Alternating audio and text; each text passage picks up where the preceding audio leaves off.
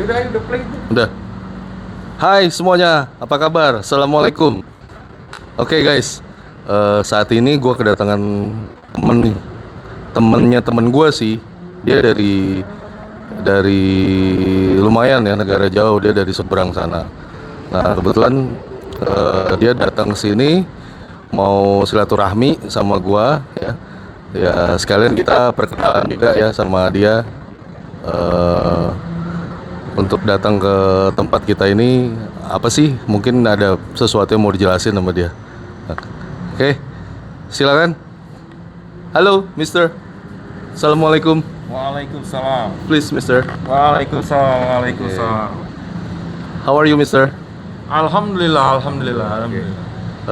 Mister, can you explain about yourself and introducing about to you?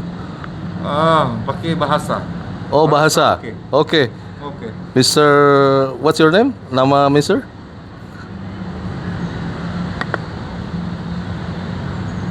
Nama kamu siapa? Saya amnesia. Saya lupa nama saya. Lupa. Tahu namanya. Itu pilih nama dong. Nggak apa-apa, terusin aja tadi editnya. Pilih nama dong, siapa ya? Jangan Ahmad lah. Jen, Jangan. Hah? Nama-nama itu aja. Jen, Ibra. Frankie, Nama-nama pejuang aja sono siapa? Raden, Abu. Abu, ya, Abu Abu, aja, ya, Abu. Oke, ulang. Oke, Mister, what's your name, Mister? Abu. Abu. Oh ya, Abu. oke. Mister, tadi kamu menjelaskan bisa bahasa ya? Bisa bahasa. Sudah berapa lama tinggal di sini, Mister? Bahasa saya tinggal di sini sudah 2 bulan. 2 bulan ya? Baru lah kalau itu ya. Baru 2 bulan, baru ya. tapi saya sebelum itu sudah tahu bahasa Indonesia. Oh, sudah tahu bahasa. Saya Indonesia. tahu bahasa Indonesia. Saya punya teman-teman dari internet ya kan. Ya. Dari kita suka live streaming dari internet itu sudah bertemu. Saya bisa bahasa. Oke. Ya. Mister Abu, ada yang mau kita tanyakan nih, Mister Abu, terkait tragedi di tanggal 7 Oktober, Mister Abu. Kan saat ini ramai sekali tuh, Mister Abu, yang simpang siur lah apa yang terjadi di tanggal 7. Mister Abu yang tinggal di sana bisa menjelaskan, Mister Abu? 7 Oktober ya. Iya. 7 Oktober ya. Jadi pertanyaan saya sebenarnya kenapa kalian ini seluruh dunia pusing sekali dengan 7 Oktober? Saya juga tidak tahu pusingnya kenapa 7 Oktober ini, karena saya harus kasih tahu ya. Ini 7 Oktober itu hanyalah sebagai reaksi. Kalau ada aksi, ada reaksi. Siapa yang melakukan aksi, siapa yang mereaksi. Gitu sebetulnya. Dan 7 Oktober ini sebenarnya reaksi yang kesekian kali sebenarnya. Sudah banyak kita reaksi, kita lakukan hal-hal perlawanan itu sudah berkali-kali. Jadi ini aksinya sebenarnya dimulai dari tahun 1940-an itu, 47 atau 1948. 1940-an lah, saya sampai lupa juga. Jadi karena sudah lama ini bajingan-bajingan ini ada di kampung saya ini. Jadi mereka ini tahun 1940-an itu dia datang. Ya, dia datang dari lewat pakai perahu tuh ya kan. Pakai kapal itu berombong-rombongan itu. Berombong-rombongan pakai spanduk-spanduk, tolong kami katanya, pakai bahasa Arab, pakai bahasa Inggris. Ya kan, tolong kami kata dia. Tolong kami, kita juga bingung kan ini ada gitu dulu, sekarang belum ada internet, belum ada apa-apa, kita masih ini ada apa nih gitu kan. Akhirnya kita tahu bahwa mereka ini datang berbondong-bondong ke kampung saya itu demi mengungsi, kabur lah, mereka itu kabur. Dari mana? Dari Eropa sana. Ternyata mereka ini lagi dipersekusi, dibantai ya kan, didiskriminasi, dipermalukan, pokoknya diasingkan, gak diajak main lah pokoknya. Entah juga kita nggak mau tahu kenapa, kita nggak tahu lah, kita juga nggak mau tahu kenapa nih, gitu. Tiba-tiba mereka datang di sini, ya sudah, kita kan sebagai manusia ya, tiba-tiba ya sudah saya beritahu semua teman-teman di kampung itu, ya udah kita terima aja, kita kasih makan, kita kasih mandi ya kan, masa kita nggak kasih mandi ya kan? Mereka putih-putih tapi kalau nggak mandi juga bau juga badannya, lebih bau juga dari kita itu malah. Jadi kita kasih mandi, kita kasih makan semua. Kita kasih tempat tidur ya kan, biar dia bisa tidur, istirahat dengan nyenyak sampai kita menunggu perkembangan. Sebenarnya juga kita melakukan ini juga agak-agak ngapain kita nih ya kan? Ini siapa lagi nih orang putih-putih nih, pucat-pucat mukanya kan? ini siapa, kita ngapain, tapi kita terdasar kemanusiaan. Kita makanan juga nggak berlebih, tapi kita bagi ya kan. Kita bagi, kita kasur juga kita seadanya kita bagi juga mereka. Ya kan, kita perlakukan mereka sebagai layaknya manusia yang perlu bantuan lah gitu, ya kan, sambil menunggu perkembangan. Ternyata lagi perang dunia waktu itu. Perang dunia, di dunia mereka kabur ke sini, kita tunggu perkembangan juga nih, negara juga sebenarnya terima-terima aja kan, kita tunggu perkembangan sampai akhirnya tiba-tiba tahun berapa itu saya lupa lagi, itu bisa lihatlah di Google, tiba-tiba mereka ini mengumumkan mereka merdeka. Loh, merdeka dari apa ini kan gitu kan? Iya. Mereka merdeka, mereka dikasih tanah oleh siapa kita nggak tahu waktu itu. Tiba-tiba mereka datang ke rumah-rumah kita di kampung kita, mereka datang bawa kitab yang mereka bilang kitab itu, nggak tahu kitab dari Tuhan mana. Mereka bilang ini 2000 tahun yang lalu ini tanah punya nenek moyang kita. Ini apa maksudnya gitu? Tiba-tiba 2000 tahun nih, gue datang ke rumah bapak. Saya bilang ini 2000 tahun yang lalu punya saya, punya keluarga saya. Ini apa maksudnya ini? Ya kan? Ini apa maksudnya, ini tidak bisa ini dengan akal gitu. Tiba-tiba mereka datang, kita diusir, rumah satu kampung ini kita ada yang diusir, ada yang bertahan, ada yang akhirnya mereka melakukan pembantaian. 750.000 orang waktu itu displaced. 750.000 orang itu terusir, tidak punya rumah, tiba-tiba diambil sama mereka dengan dalih ini adalah tanah yang dikasih sama Tuhan 2000 tahun yang lalu. Ini kan nggak masuk akal gitu. Nah akhirnya dari situ sampai 7 Oktober, kalau kita dipercepat saja lah ya, bisa dicari itu di mana-mana, cari sendiri aja. Tapi saya bicara 48 sampai 7 Oktober 2023 saja. Kalau mau cari 2000 tahun yang lalu silakan aja, saya nggak ikut-ikutan. 2000 tahun yang lalu ini punya siapa tanahnya, terserah, itu nggak masuk akal. Jadi dari 40-an sampai 7 Oktober 2023 itu sebenarnya sudah banyak reaksi. Ada intifada 1, intifada 2, tapi memang nggak sebesar sekarang. Karena apa? Karena mungkin belum ada media sosial, belum ada internet, ya kan. Jadi nggak sebesar sekarang. Tapi sebenarnya 7 Oktober ini hanyalah sebagian kecil lah gitu. Ini sudah, kita reaksinya sudah banyak sebelum 7 Oktober, ya kan. Tapi baru booming sekarang karena internet ada.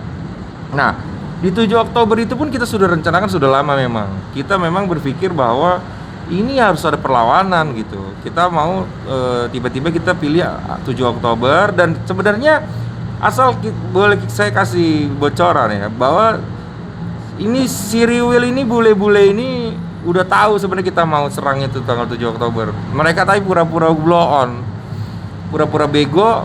Kita nggak peduli, tapi ya udah terserah dia mau pura-pura bego, terserah. Tapi kita hajar aja 7 Oktober. 7 Oktober itu apa? Kita adalah melakukan penetrasi. Kita harus membawa hostage, sandera sebanyak-banyaknya. Kita tidak ada niatan untuk membunuh. Kita tidak ada niatan untuk membunuh warga sipil apalagi. Tetapi kita sudah mengantisipasi bahwa mungkin akan ada korban dari pihak-pihak tentara. Karena mereka kan memang tugasnya beradu kombat, ya kan, beradu tempur gitu. Itu kita memang perkirakan akan ada korban. Tetapi kita tidak niat untuk menargetkan kematian pada warga sipil. Kita tanggal 7 Oktober itu kita hajar, kita tembus ya, kita hajar pakai paragliding itu, kalau bisa lihat di potongan video foto video kita pakai paragliding sampai tim kita itu masuk ke tempat orang-orang rave party. Kalau tahu rave party itu, saya juga dulu pernah rave party, tapi itu dulu lah waktu muda ya kan. Rave party mereka joget-joget gitu, kita lihat dari atas ini orang joget-joget ya, salah nih tempat ini. Kita nggak tahu di situ ada rave party. Kita tahu tuh kita tembus saya ke situ, ya kan. Oh ya udah, kita segitu sampai kita penetrasi, kita mau ambil sandera sebanyak-banyaknya. Tiba-tiba apa yang terjadi? Tentara-tentara si Riwil ini nembakin warganya sendiri, bro. Ditembak dari helikopter, ditembak dari tembak. Kita bingung itu, kita loh. Ini gimana konsepnya ini gitu. Kita pikir mereka nggak sadis dan segoblok itu, ternyata goblok itu orang-orang itu. ditembak-tembakin. Memang pengennya kena kita, tapi dia kan ngasal gitu kan. Iya. Random ya. banyak random di situ. Dan media mengeluarkan bahwa itu korban dari kita. Saya jamin itu tidak. Kita hanya menargetkan tentara. Itu pun kalau yang melawan. Ya kan? Tapi memang kita harus, ya kita perkirakan ya, masa tentara mereka kita datang nggak ngelawan, ya pasti ngelawan ya kan. Tetapi dari halo Pak. Siap. Siap. Tapi dari pihak kita itu nggak mau ada korban dari sivil. Kita nggak mau. Kita butuh sivil itu kita lindungi, kita ambil itu untuk apa? Untuk tukar dari saudara-saudara kita yang ditangkap sama si Siriwil ini. Kita ngapain ngambil Sandra juga, bro? Iya. Kita harus kasih makan dia, harus kasih tempat tidur dia. Capek lah kita sebenarnya kan. Makanan kita juga satu grup ini kita potek-potekan, mau suruh bagi lagi Sandra ya kan. Tapi itu nggak apa-apa lah, demi saudara-saudara kita itu kita tukar gitu rencananya. Ya kan, kita rencana kita, tapi mereka bunuh-bunuhin waktu itu. Disikat sendiri, ditembak-tembakin sama dia. Tuh, kita berlindung. Wah, gila nih apa nih? Gila nih kok dia nembakin diri sendiri, temennya sendiri gitu kan. Nah, itu akhirnya dari tanggal 7 sampai sekarang sudah berapa? 80 hari dah.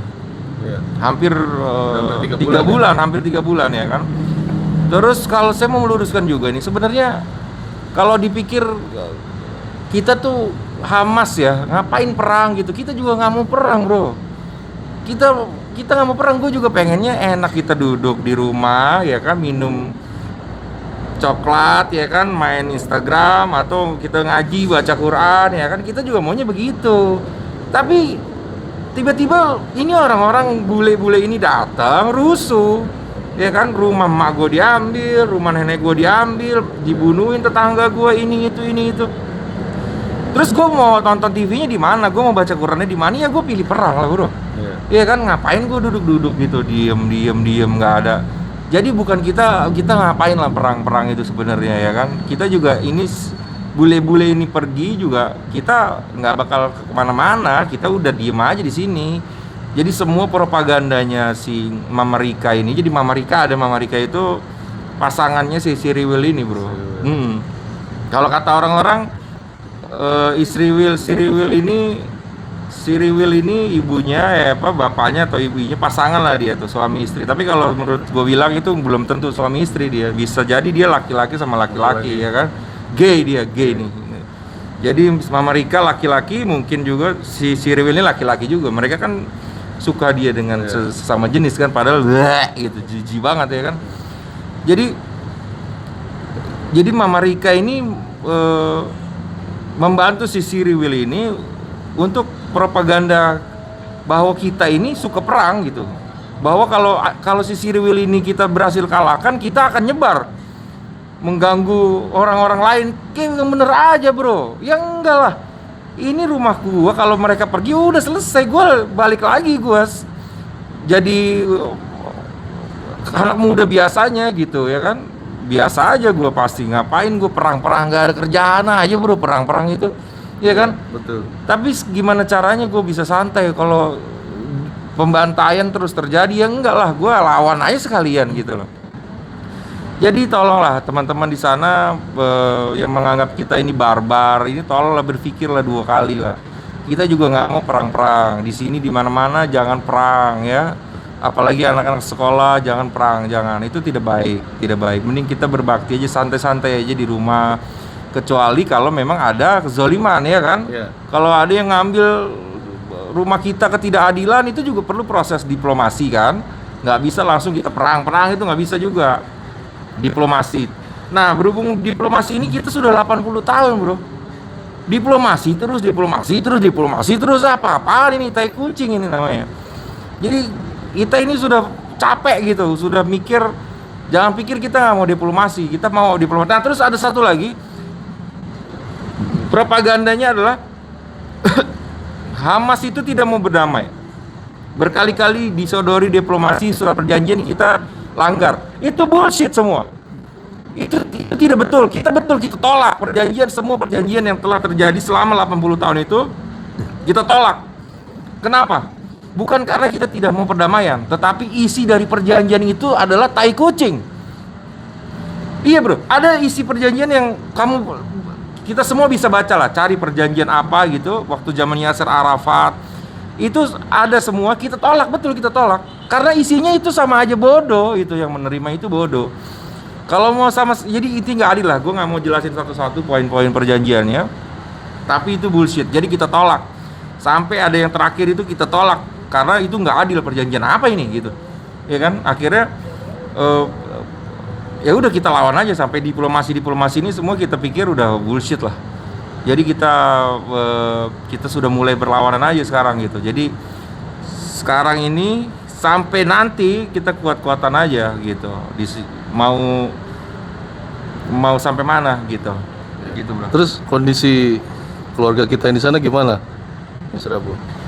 Kondisi keluarga di sana sebagian sudah pada pergi waktu pengungsian itu, ada yang kemana-mana lah dia ya kan, dan mereka semua pengusaha, nggak ada yang jadi teroris. Itu yang teroris itu yang kulitnya putih-putih itu, bule-bule itu teroris itu. Kita nggak ada yang kemana-mana, kita buka rumah makan, kita suka makan ya kan, kita suka bikin kambing gitu, shawarma ya kan. Ya kan itu kita memang suka ini berbisnis keluarga. Tapi ada juga sebagian teman-teman kita di sana masih belum aman bro. Ada yang sudah meninggal, ada ratusan, sudah lebih, sampai tidak dikenali jasadnya. Aduh, banyak lah tindakan-tindakan dia itu yang di luar nalar lah. Iya. Di luar nalar itu. Oke, saya juga pengen tahu nih Mr. Abu. Mr. Abu bisa sampai di Indo ini gimana Mr. Abu? Itu sebenarnya waktu itu keadaan sulit sekali ya. Waktu pertama kali habis 7 Oktober itu eksodus besar-besaran itu, saya nyamar jadi pentil ban mobil. Iya, saya nyamar jadi pentil ban mobil, itu nggak ketahuan sama mereka. Saya pasti kalian tahu Bang Onim ya. Bang Onim itu sosok yang sangat kita hormati gitu ya, karena perjuangannya, ceritanya beliau di sana juga bareng sama kita juga kan. Itu mereka juga lolos karena Bang Onim punya warga negara Indonesia ya kan. Nah, kita nggak punya warga negara Indonesia, kita nyamar aja jadi pentil ban. Jadi ban itu mutar, itu kita ikut mutar, itu mutar kita ikut mutar sampai ke perbatasan Ramallah. Akhirnya saya lolos. Bang Onim kenal Mr. Abu? Bang Onim alhamdulillah nggak kenal sama saya, nggak kenal. Iya, nggak kenal. Ini nanti kita kenalan sama. Iya, nggak kenal saya. Kayak kenal, saya tahu Bang Onim, tapi Bang Onim nggak kenal saya, nggak. Iya, nggak kenal. Yang terakhir Mr. Abu, dengan kondisi saat ini ya, apa sih pesan-pesan Mr. Abu nih untuk teman-teman keluarga kita dan juga bahkan pesan untuk masyarakat di dunia ini Mr. Abu? Pesan-pesannya itu adalah tolong dijaga perdamaian kita di negara ini. Saya baru datang di Indonesia itu 2 bulan. Saya melihat Indonesia itu sudahlah, isu-isu intoleran itu sebenarnya susah saya cari. Ada segelintir orang. Sebenarnya di sini negeri yang sangat damai. Jadi kalau ada segelintir orang yang mengangkat isu-isu itu di negara ini adalah orang-orang yang bodoh. Memang dia mau memecah belah justru. Sebenarnya ini toleran sekali, saya senang gitu. Seperti kita juga di Gaza, di Palestina, di West Bank itu, di tepi barat itu kita berdampingan. Itu kita juga bagus sebenarnya. Ada tetangga kita gereja itu kemarin malah gereja yang malah dia azan katanya. Karena masjid sudah hancur semua. Di gereja itu dia mau azan juga. Pokoknya banyak cerita. Di sini juga bagus. Dijaga toleransi. Lalu di sini bersyukur bahwa kenikmatan Allah itu kalau kita main-main ngelihatnya itu nggak ada rasanya gitu. Kita akan selalu kurang aja. Padahal kalau kita dibawa ke Gaza itu, sebutir nasi itu serok-serok gitu sama anak-anak di sana. Di sini ke AC lihat main buang aja.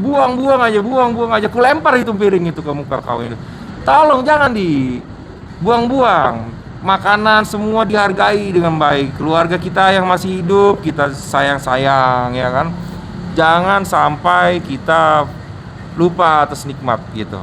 Lalu pesan saya yang terakhir, jadi saya ini berniat untuk tinggal di Indonesia. Oh, tinggal di Indonesia. Ya, karena saya untuk balik ke sana juga sebenarnya kayaknya sudah susah sekali ya. Apalagi muka saya seperti ini. Kalau masuk bandara sudah langsung dicegat ya. ya kan, saya nggak bisa buka memang ini, saya nggak bisa buka, saya ini permanen sudah, ini permanen, kalau masuk bandara udah pasti di stop. Jadi saya nggak bisa balik lagi ke sana, perang juga, akhirnya saya berdoa aja, lalu saya mau tinggal di Indonesia memang. Saya akan mau berbakti kepada negeri ini, saya akan melakukan kebaikan-kebaikan gitu ya. Saya nggak akan mulai kekerasan perang-perang itu jauh-jauh lah dari sini, dari kita ini. Nggak mungkin saya itu ya. Lalu kalau ada yang, saya mau tinggal di Jatibening.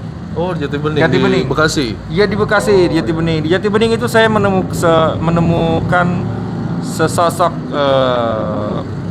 wanita, wanita di Jatibening ini, di Tambun sih sebenarnya. Oh, di Tambun. Iya di Tambun. Saya menemukan sosok perempuan dari Tambun ini cukup menarik gitu ya. Lalu saya kepincut ya kan, saya melakukan ta'aruf sama dia, tiba-tiba dia juga suka. Oh iya. Dia bisa melihat mata saya aja, dia percayalah kalau saya ganteng ya kan.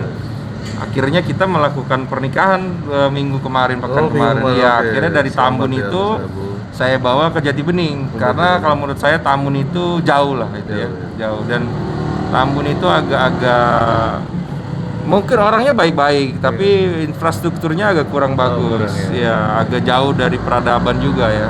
Mungkin bisa didengar ya nanti ya. Iya, jadi pemerintah daerahnya untuk yang di Tambun itu tolonglah. Masa lu gue lihat jalan itu nggak ada saluran air gitu, selokan, lu mau air taruh di mana? Hujan sedikit aja banjir itu waktu iya banjir itu Pak. Terus saya lihat mana ada selokan air itu, aduh itu zolim itu. Pemerintah daerah tolonglah. Ya, terus saya mau tinggal tapi di Jatibening. Jatibening ya. Iya, saya akan mau melakukan kebaikan-kebaikan. Jadi kalau ada teman-teman ngelihat saya di sepanjang Jatibening dan sekitarnya ini, tolonglah jangan ragu-ragu untuk menyapa ya. Untuk menyapa saya sudah senang, alhamdulillah itu si sambat saudara. Oke. Terima kasih Mr. Abu ya. Selamat datang di Indo, dan kita doakan juga untuk teman-teman keluarga kita yang di sana semua dapat keberkahan dan keselamatan semuanya. Baik. Terima kasih. Ya. Terima kasih. Assalamualaikum warahmatullahi wabarakatuh. Palestine, tomorrow will be free.